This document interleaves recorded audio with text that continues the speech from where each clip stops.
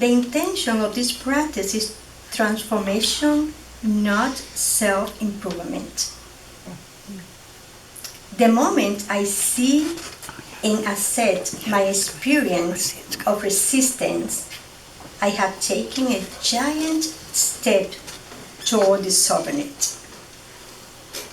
So, with that, let's welcome Kathleen with the lesson for today, The True Self, Part 3. Thank you. Okay, so here we are, week 3, Exploring the True Self, based on that book, Living Originally by Robert Brummett. I took this class. I took a class based on this book several years ago, and it moved me, but it didn't move me the way it's moving me now. As I'm revisiting it and looking at it again, I have a different understanding of what's going on. And I was just talking to someone earlier about this, that, my understanding this year is quite different than it was last year or 5 years ago. I have gotten enough information now to have a new understanding, and there's more to come. It's never going to end. It's going to just keep on going and keep on going. So what I said was that we just have to wait 5 minutes because the meaning will change.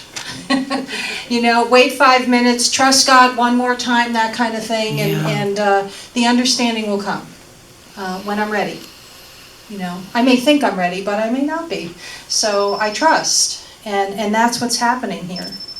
So what we started last week was we started looking at 2 of the core practices in the book, and it was radical self-awareness and deep self-acceptance. Now, I keep getting those 2 mixed up. I don't know if you do or not, but I keep saying radical or self-acceptance, and I keep switching all the words around. It really doesn't matter, folks. We're working on self-awareness and self-acceptance. Right? And they go hand in hand. First you become aware and then you accept. Acceptance does not mean approval in my world. I think that's a very important thing to remember, is that just because I accept a situation the way it is does not necessarily mean that I am approving of someone else's behavior. Has nothing to do with that. I don't have any right to approve or disapprove anyway about what other people are doing. I need to focus on me. And if I focus on me, then I will attract to me that which I desire the most. And desire is coming from God, from my heart, from within. If I focus on, my outer world, then things get a little skewed and things go off track. But I can focus on me, working with these first 2 practices, and that's going to open up a whole new world. At least it has for me. So what do you think? Practice makes progress? Yes? Mm-hmm. Yes? You've heard practice makes perfect, right? Perfection? Yeah. I'm not into that. Not really. I like to strive for excellence. I don't think there's anything wrong with striving for excellence. Striving for perfection ties me up in knots. It just makes me so anxious, and it makes me so not able to be present in the moment because I'm so caught up in how everything has to go perfectly that I get thrown off completely and I miss everything that's going on. So I like to strive for excellence, and this makes perfect sense to me. I will use that word perfect. Practice does make progress. Right? What's that joke? Somebody gets into a cab in New York City and says to the cab driver, "How do I get to Carnegie Hall?" And the cab driver says, "Practice, practice, practice." I think that's what it is. Yeah. So this is what today's lesson is about. It's learning to start practicing that radical self-awareness and that deep self-acceptance. I don't know about you. I get tripped up with the deep self-acceptance. Self-awareness, not so tough anymore. Used to be very tough. But I really get tripped up with deep self-acceptance. So I'm going to encourage you, if you feel the same way, that's what we need to focus on. Okay? The daily word that Carmen read to you was about chipping away at the projects and striving to get these new habits going. But sometimes we feel like we haven't quite hit the mark. Sometimes we're left with this feeling of discouragement. Sometimes we're left with this feeling of, yeah, it's never going to happen. Right? And it's in those moments that you need to remind yourself, practice makes progress. I will also warn you that you will not see your own progress as quickly as other people will. They will see a difference in you before you do. For sure. For sure. So you have to trust. When someone walks up to you and says, "You look beautiful today," what do you say, Kathy? Oh, Thank you. Thank you, yeah. Remember last week? That was last week's lesson? Yeah. I'm teasing you. I'm teasing you. It's hard to say thank you. Because we're just our own worst critics, aren't we?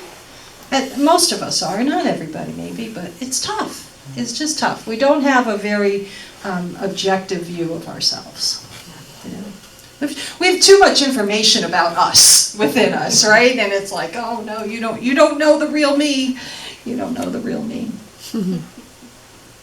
So we're practicing to keep moving in the right direction. I need that energy boost. I need that something, that little extra something to get me moving again. Right? Have you ever gone through a time in your life, spiritually speaking, where you've just said, the heck with it? I'm not praying. I'm not meditating. I'm not going to church. I've had enough. It's not working anyway. Yeah. I'm seeing some heads nod. Yeah.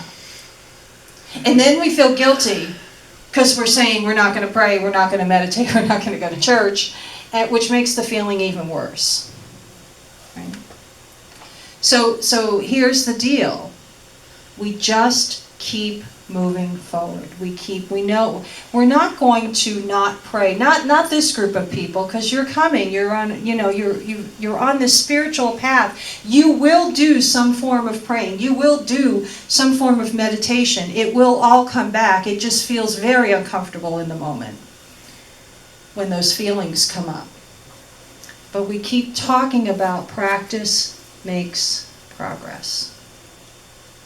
I have to kind of detach from any specific idea of what kind of result I'm going to get. Because if I'm looking for a particular result and I don't get it, then I make the assumption that I'm not making progress. And that's not true.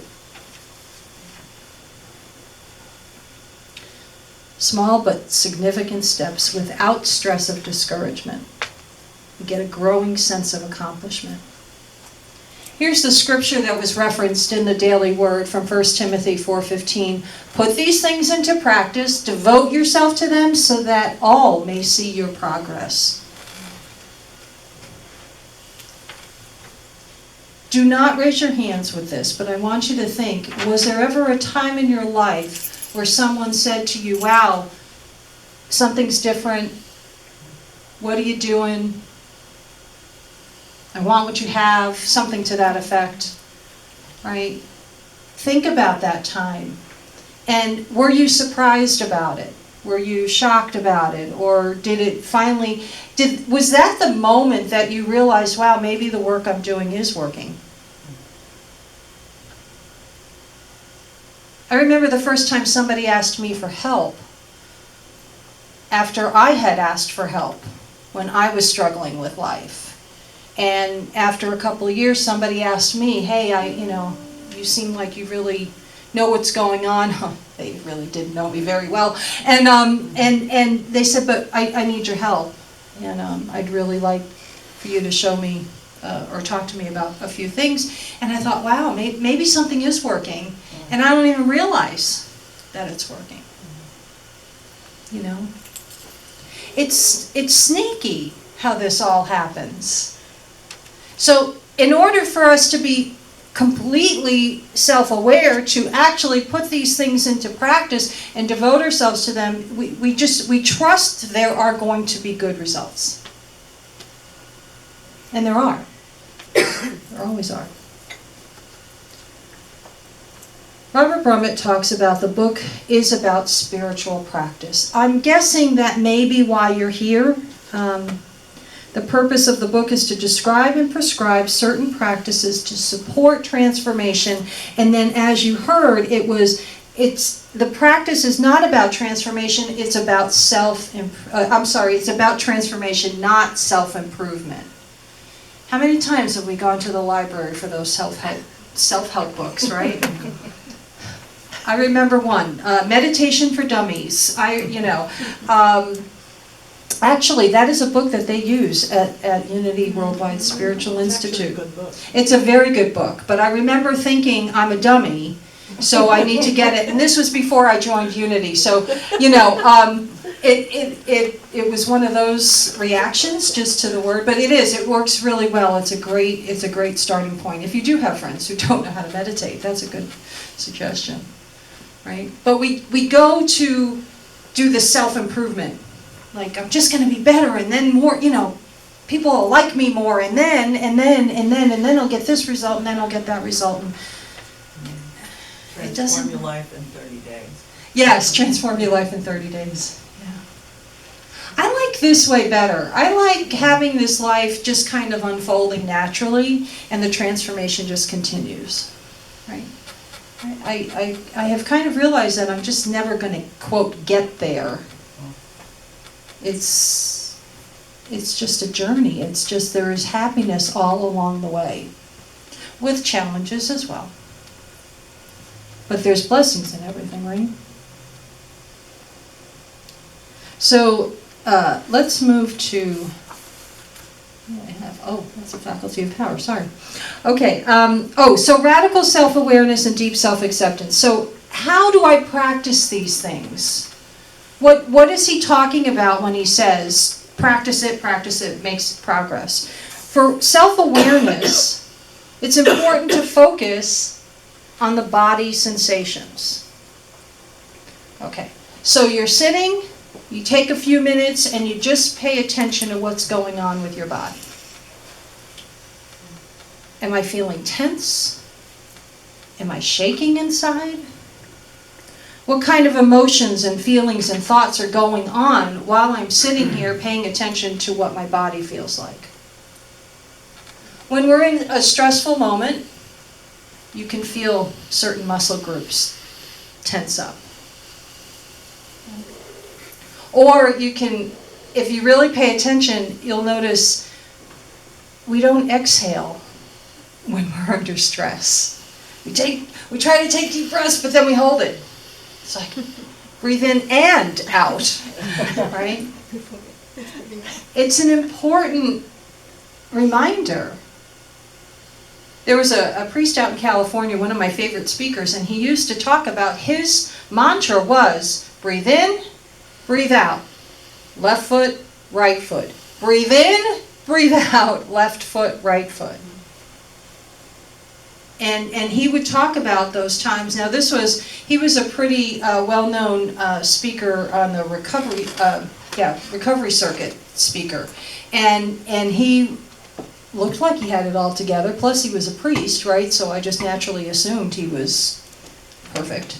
And yet he was talking about the same feelings of things that I have gone through. And he was talking about the fact that he has to remind himself, breathe in, breathe out, left foot, right foot.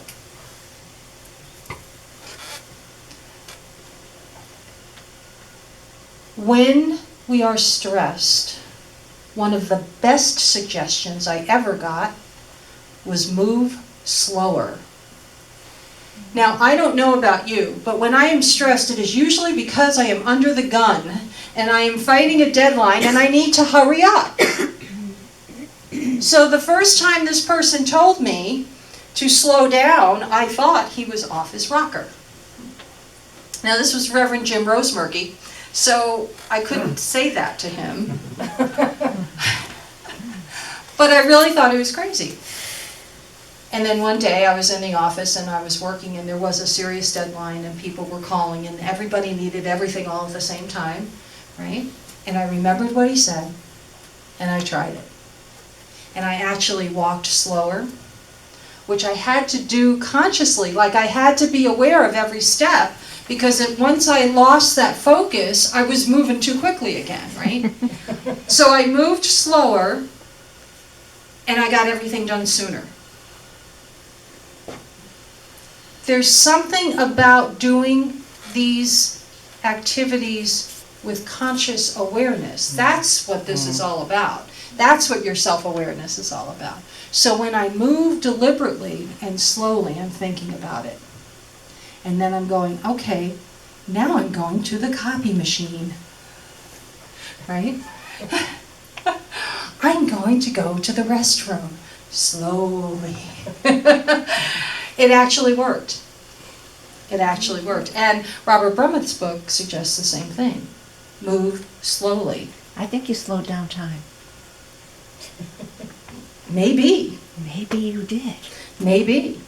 I don't know. I just know that I try it more often now and it works. So am I always slowing down time? I'm not sure. I don't Well, want you're to... slowing down the time. Sometimes we always say we don't have enough time, we don't have enough time, we don't have time. Guess what? We don't have enough time. Right.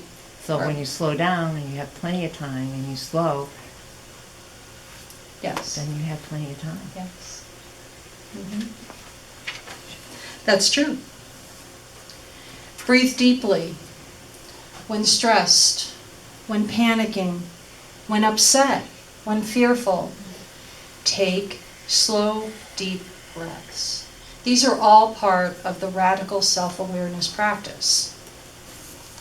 Now you can do these on a general basis. You can do these like, at the spur of the moment during the day, or you can create a formal practice for yourself where you're actually taking, okay, every night at 6:30 p.m. I'm going to do this. You can do both. But this is how you begin. What's going on with my body? Why am I feeling this fear? Why is this emotion all of a sudden coming up? My son's wedding is next week. He's very excited, by the way. He's like a little kid. He's 37 years old. He's never been married. He's getting married for the first time. And he's like a little kid. 7 days, Mom! 7 days, It's wonderful to experience. And as soon as I see the text, I feel something. And I wonder what that is. And it's not fear. There's a slight bit of anxiety about getting my 90-year-old father down to Long Island, taking a ferry across Bridgeport to Port Jefferson, getting the whole family there, making sure that my daughter feels okay, all of those things that run through my mind. So when I was starting to practice this, I noticed right away, as soon as I saw the text, I didn't hear anything. There was no tone of voice in it whatsoever, and yet my body started reacting. That's what this radical self-awareness is, because then I'm aware of it, and then I go, look at that, you're feeling it again. Which moves me into deep self-acceptance. Because once I feel it, if I get upset with myself and say, oh, you shouldn't be feeling that way, then it throws me off, right? What good is that going to do to judge myself about that? Right? It doesn't matter. It doesn't work. It doesn't help me to judge myself. So what if I love myself through it? Right? Oh, look at that. You're anxious again. This wedding, 7 days from now, that wedding is going to be done. I'm going to be getting ready to get on a ferry to come back to Connecticut. To Massachusetts, to Connecticut, yeah. So, it's one of those things where once I recognize it and I accept it, it dissolves. Poof. Doesn't mean it's not going to happen again. But I know what to do now. These two practices go together. They go together. Deep self-acceptance has to do with taking note of the feelings of resistance that pop up in us. Have you ever resisted anything? That's a joke, people. I think we've all resisted. Yes, I think that we have all had that resistance from time to time. We don't want something to happen, and yet we know it's happening, and we try. And the more we resist it, the more it persists, and the more it goes on. Blah blah blah blah blah. Right? So deep self-acceptance is about taking note of the feelings of resistance, and that gives you that opportunity for transformation. It gives me the opportunity to gain more clarity, to get clearer about a situation so I can focus on how I truly want to respond to a situation. I don't react. I respond when I'm ready. And there is a difference.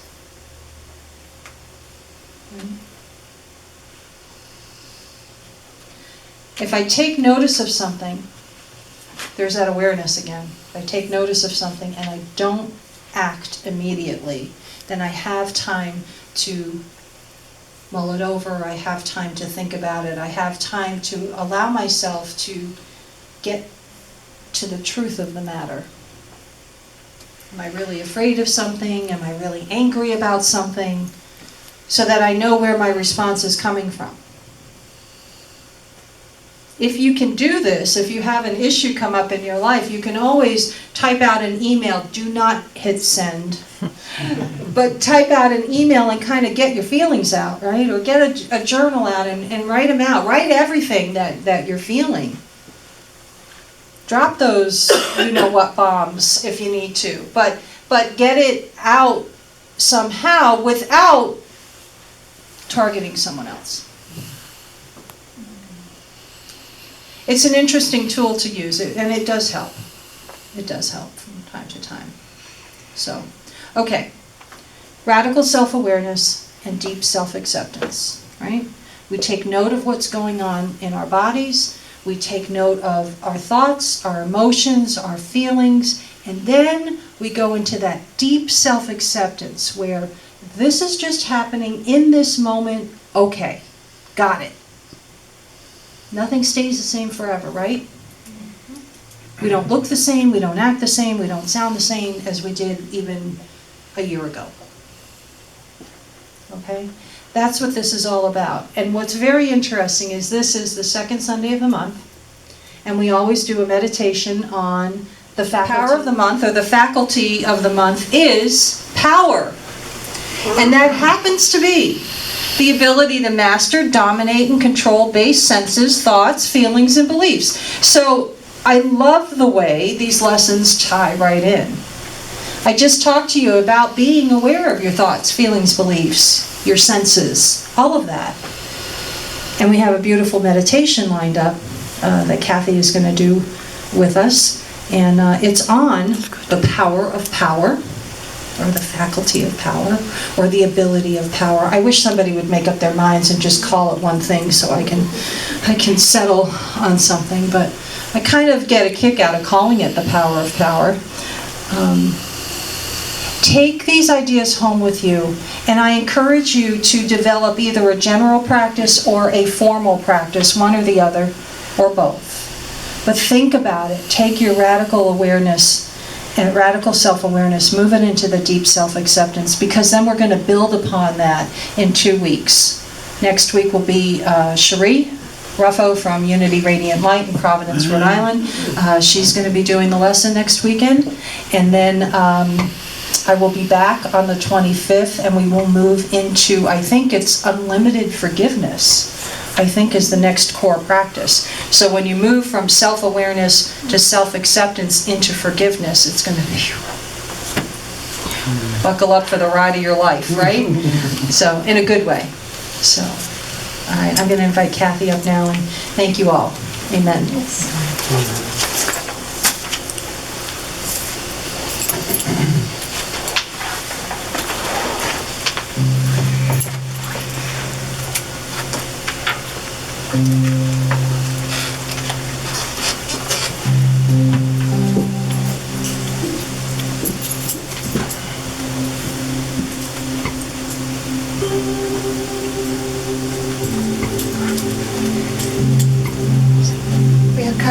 special time in our service right now when we pause,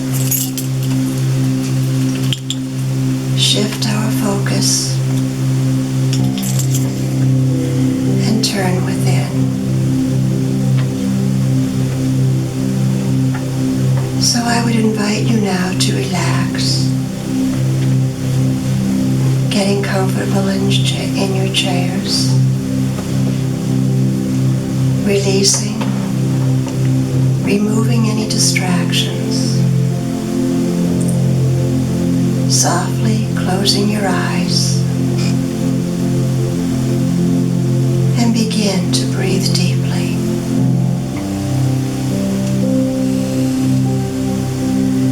A deep breath in and release. Again, a deep breath in and release. And as you continue to breathe in rhythm with the universe, letting go of any need for control, allow the divine spirit within to flow through your mind, quieting your thoughts, calming your emotions, opening your heart, and taking you deeper into the conscious experience of oneness with the divine.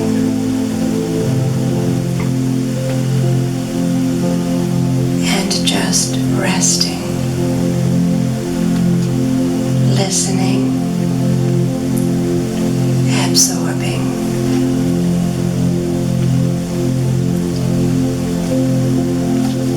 I have the power to create my world, my experience of life, one thought, one feeling, one word at a time. This power of power is truly a gift of God, freely given, and when rightly used, will accomplish good beyond our present ability to imagine. This power of power carries with it a vital energy,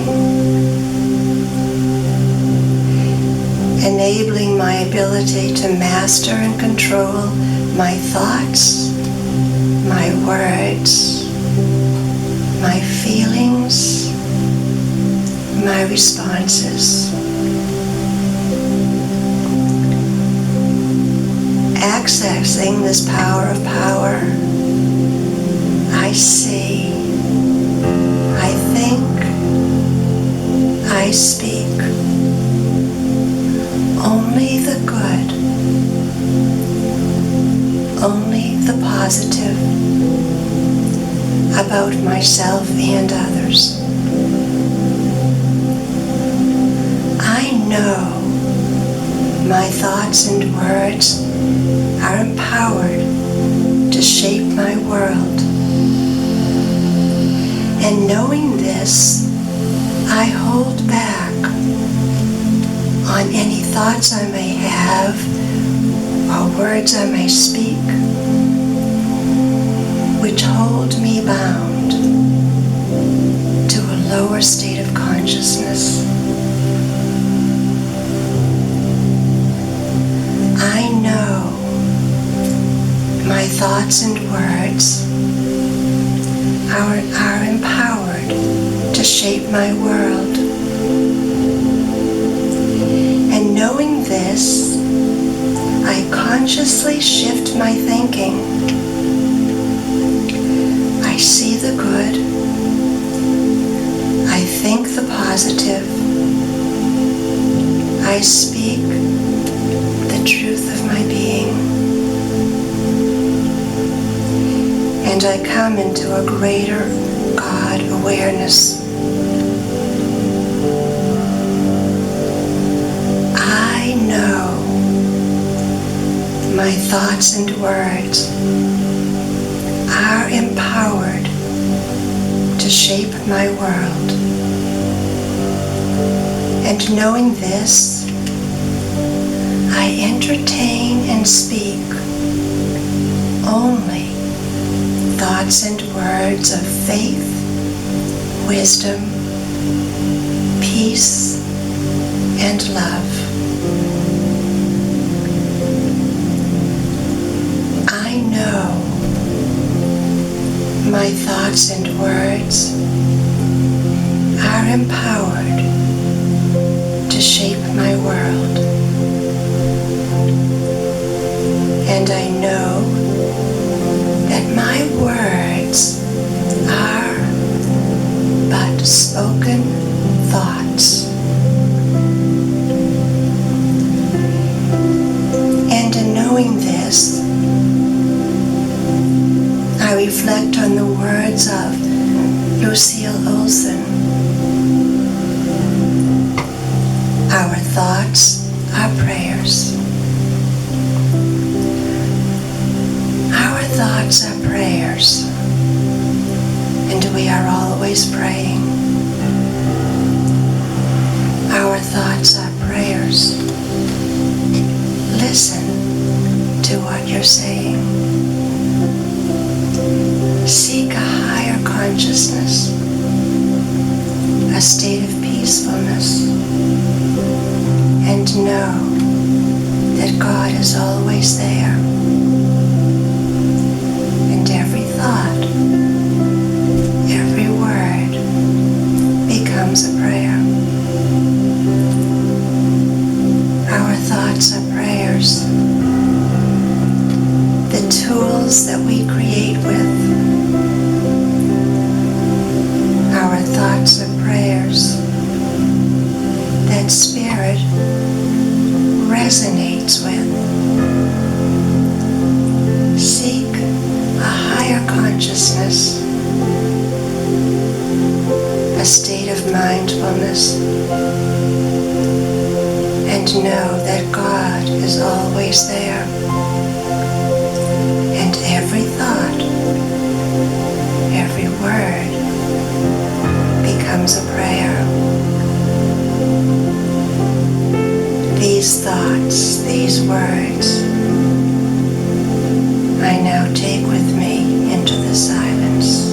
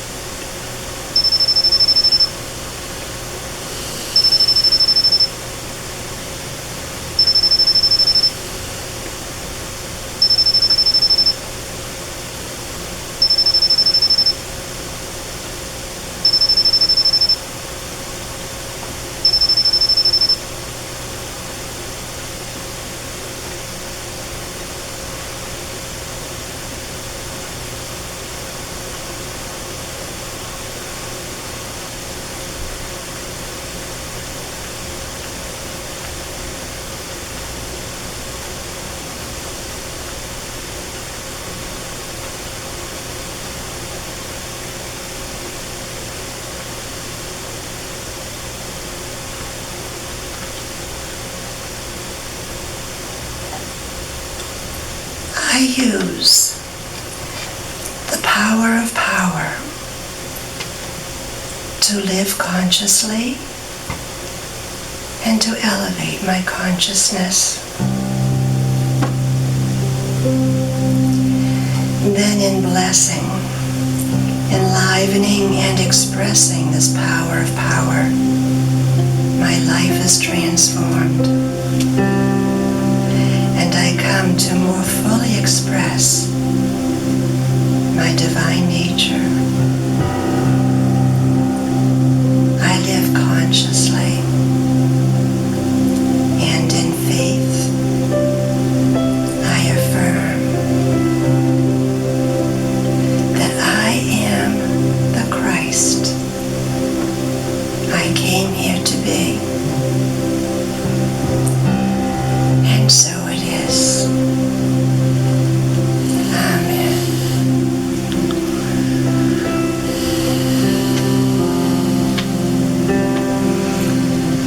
When you're ready to gently open your eyes and come back to the present,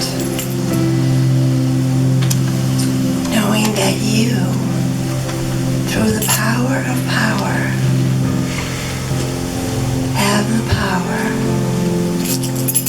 to change your experience of life.